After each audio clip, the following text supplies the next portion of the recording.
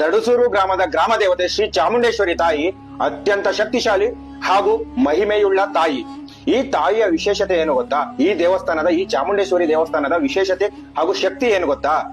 ಈ ತಾಯಿಗೆ ಪೂಜೆ ಮಾಡಿ ಮಗ್ಗು ಮುಡಿಸ್ತಾರೆ. ಮಗ್ಗು ಮೈ ತುಂಬಾ, ಆ ತಾಯಿಯ ಮೈ ತುಂಬಾ ಮಗ್ಗು ಮುಡಿಸ್ತಾರೆ.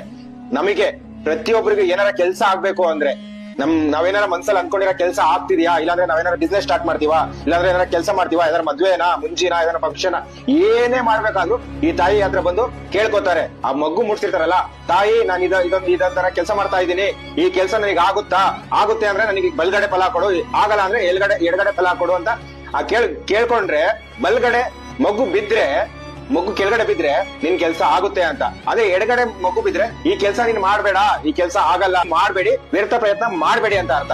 ನಿಜವಾಗ್ಲು ತುಂಬಾ ಶಕ್ತಿ ದೇವತೆ, ತುಂಬಾ ಪವರ್ಫುಲ್ ದೇವತೆ ಅಂತ. ಈ ಗ್ರಾಮದವರೇ ಅಲ್ಲ, ಸುತ್ತಮುತ್ತ ಹಳ್ಳಿಗಳಿಂದ ಇಲ್ಲಿಗೆ ಬರ್ತಾರೆ, ಬೆಂಗಳೂರಿನಿಂದ ಇಲ್ಲಿಗೆ ಬರ್ತಾರೆ, ವಿಸಿಟ್ ಮಾಡ್ತಾರೆ. ಎಕ್ಸಾಂಪಲ್ ಡೈರೆಕ್ಟರ್ ಎಸ್ ನಾರಾಯಣ್ ಬಂದಿದ್ದಾರೆ, ಯಡಿಯೂರಪ್ಪ ಅವರು ಬಂದಿದ್ದಾರೆ ಈ ದೇವಸ್ಥಾನಕ್ಕೆ. ತುಂಬಾ ಚೆನ್ನಾಗಿದೆ ದೇವಸ್ಥಾನ, ನಾನು ಹೋಗಿದ್ದೀನಿ ಒಂದ್ಸರಿ ವಿಸಿಟ್ ಮಾಡಿ. ತುಮಕೂರು ಜಿಲ್ಲೆಯ ತಿಪಟೂರು ತಾಲೂಕಿನ ತಡಸೂರು ಗ್ರಾಮ, ತಿಪಟೂರಿನಿಂದ ಹಾಸನ ರಸ್ತೆಯಲ್ಲಿ 7 ರಿಂದ 8 ಕಿಲೋಮೀಟರ್ ಹೋದರೆ ಸಿಗುವ ಗ್ರಾಮವೇ ಚಾಮುಂಡೇಶ್ವರಿ ತಾಯಿ ನೆಲೆಸಿರುವ ತಡಸೂರು ಗ್ರಾಮ.